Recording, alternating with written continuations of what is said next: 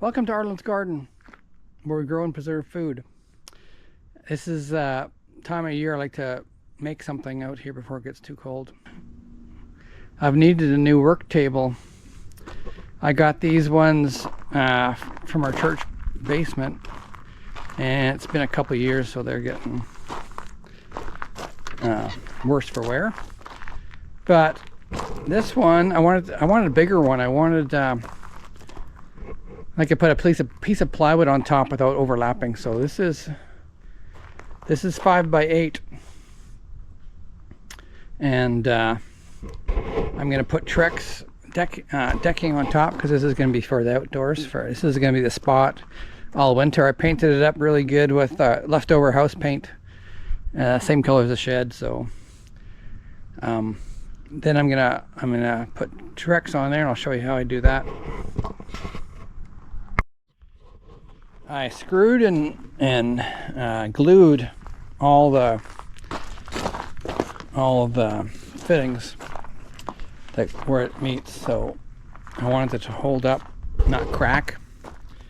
And it looks all right. There's some there's some variables, but it'll be fine. All right, this is the Trex decking. I got them cut at Home Depot. I bought a 16 footers, and I figured I need 11 of these, and I have one extra. So I got Home Depot to cut to 8 foot, and there was 3 inches extra. It's 16 foot 3 inches, so I'll just cut down these other ones. But too bad. Home Depot, instead of cutting 96, I cut 2 boards 95. So I got a half inch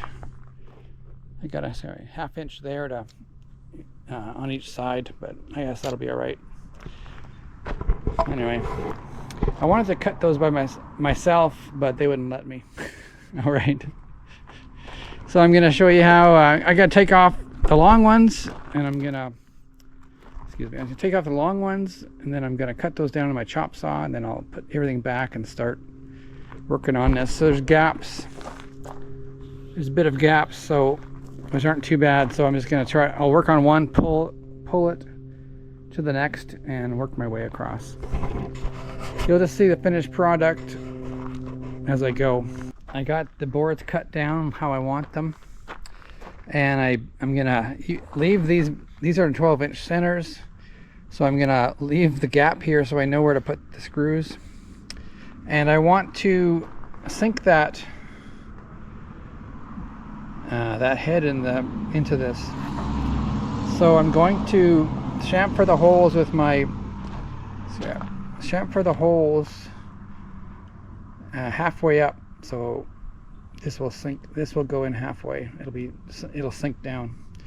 If you want to see actually me doing that, I have a garden bench video and some garden stools. I did the exact same procedure, so those will be in that video. I'll just keep you updated as I go here.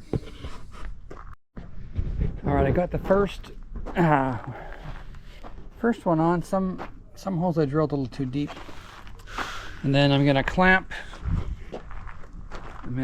them all together as I go, keep them straight. I have longer clamps. This is as much as I could do on the first one, but I got 5 foot clamps. All right, I'm just gonna keep going. You'll see the end product here, hopefully, but I won't be drilling them as I drilled that one a little bit too deep for the miter, or for the chamfer, so I gotta be more careful. All right, thank you. Well, I've got half of it done. I decided against clamping it together because I could hold it. I could pull that in tight when I need to. It's pretty straight right there anyway, so it's going pretty good so far. I just got to reach a long ways, and pretty soon I could go to the other side and reach around the other side. So anyway, there we go for halfway through. Here's the finished product. Took me about 5 hours. 2 hours today with the Trex top. About an hour to cut all that material, and then about an hour and a half for 2 guys to assemble it, the frame part. So not a bad deal. It's heavy. Yeah, you could lift it, but it's gonna take a bit. So it's 5 wide, 5 foot wide, 8 feet long. I'll be able to, I'll get out of the sun here. I'll be able to put on a sheet of plywood on that thing for sure. Get some. It's fairly smooth. I had to snug down some of them, but it won't be. It's an outdoor table. I've been planning this for about a year. Since June. I made on one of my channels, I made a garden bench and some stools on one of my videos. So I got the idea that I could make a workbench out here with that Trex on top, and it makes it look good, and it'll last, I think.